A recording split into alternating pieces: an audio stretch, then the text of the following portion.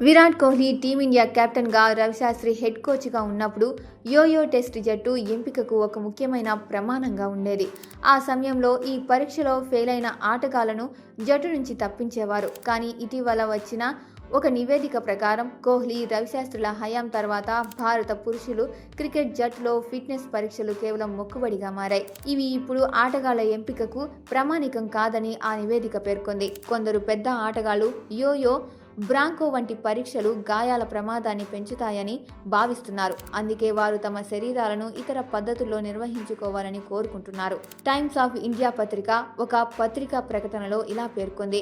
Yo-yo fitness చర్చను కొన్ని బలమైన గొంతులు నిరంతరం అణిచివేస్తున్నాయి. కేవలం యోయో మాత్రమే కాదు, 2 కిలోమీటర్ల పరుగు కూడా. ఒకప్పుడు యోయో మార్కెట్ను పెంచి ప్రమాణాలను మెరుగుపరిచేవారు.